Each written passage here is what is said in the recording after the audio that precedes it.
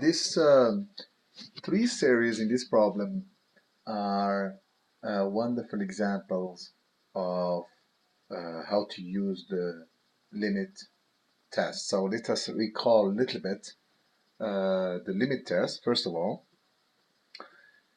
So if you have two series an and bn,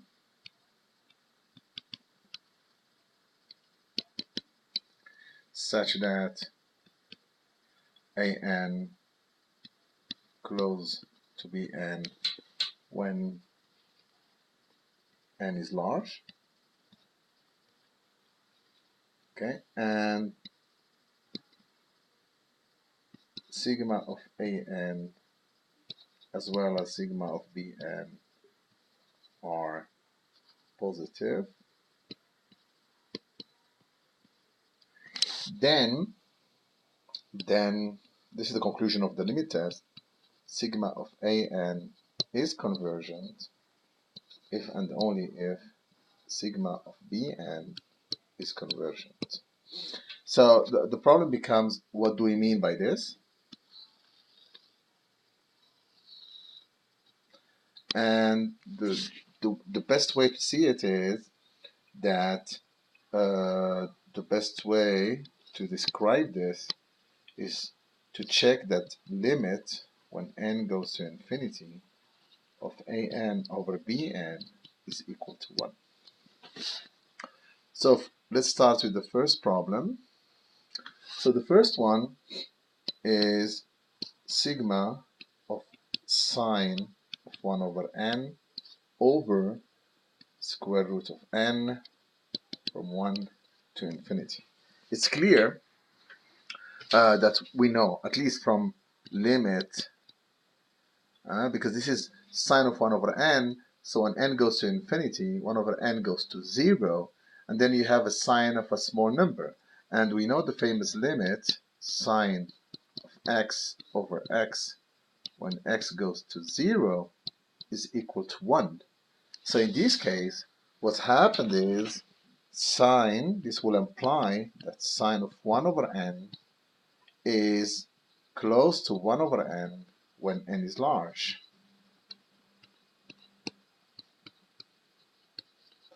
Otherwise, as I said, one can prove that the limit of sine of 1 over n over 1 over n when n goes to infinity is equal to 1. Okay? And for that one, we use the previous limit as I said. So if that's the case, then we have sine of 1 over n over square root of n is equivalent to, or almost close to, 1 over n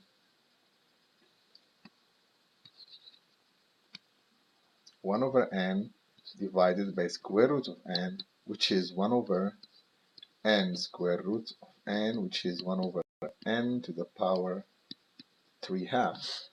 So this is when n is large.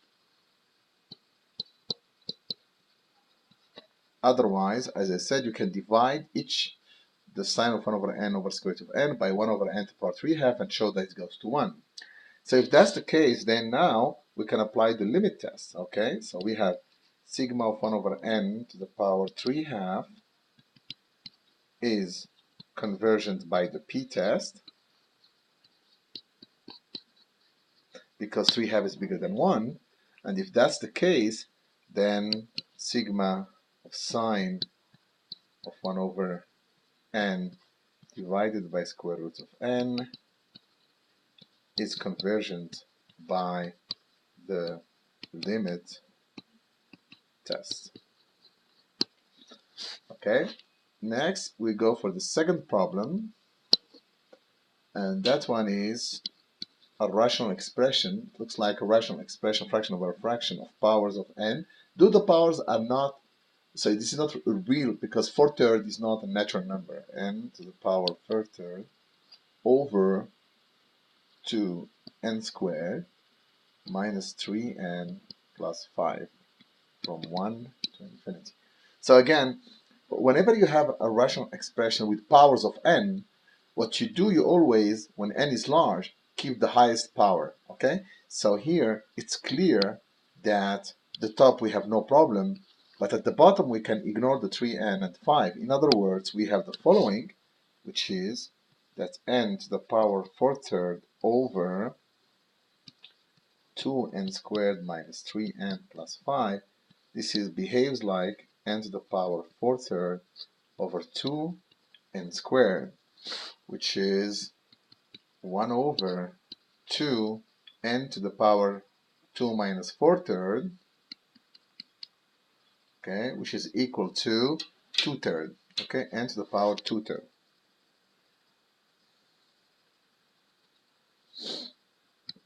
One over 2 n to the power 2/3. So as you can see, why is this true? So one way to prove it is to prove so when n is large. So let's say that somebody has a doubt about this. So one way to do it is to prove, so this is the question now, is the limit when n goes to infinity of n to the power 4/3 divided by 2n squared minus 3n plus 5 over 2n 2/3 is equal to 1. Yeah? So doing some algebra is to find now limit when n goes to infinity of, so this will be a top fraction time the inverse of the bottom fraction, so this will give us 4/3 over 2n squared minus 3n plus 5 times 2n 2/3, which is the same as limit when n goes to infinity of n to the power 2n to the power 2/3 plus 4/3, that's 2n squared, over 2n squared minus 3n plus 5. And for this one, this is now a real rational function of n, so we just take the highest power over the highest power, which is 2n squared over 2n squared, and this 1.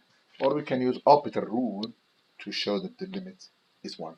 So again, our equivalence is correct.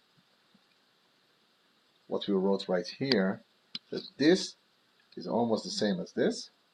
So now we can use the limit test. So we know that sigma of 1 over n to the power 2/3 is divergent by the p-test, which implies that sigma from n equal 1 to infinity 1 over 2n 2/3 is divergent by the algebra, because we multiply by 1/2. And now sigma of n to the power 4/3 over 2n squared minus 3n plus 5 is divergent by the limit test.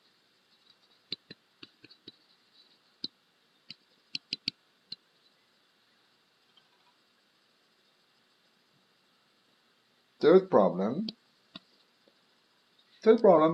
is quite similar to the first one. Okay, so we have arctangent, or the inverse tangent, of 3n over n cubed plus 2 from 1 to infinity. And here we need to remember, when n goes to infinity, what is arctangent of 3n? That goes to arctangent of infinity, so we have to remember this limit. I mean, though is not common, so the students usually tend to forget about this one here. Okay, so arctangent of x is equal to pi over 2 plus pi over 2. So basically the top arctangent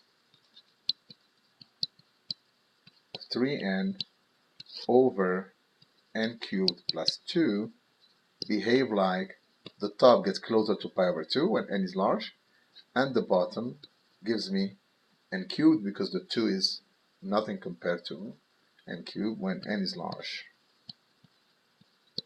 And again, as we said, one may want to divide and check that the limit is equal to 1.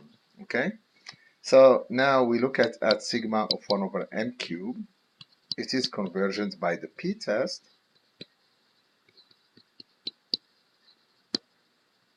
because 3 is bigger than 1. And then if I multiply by pi over 2, this will give me that is convergent by the algebra of convergent series.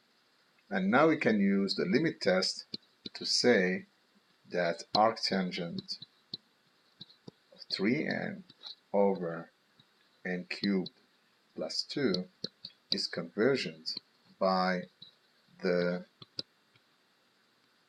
limit test.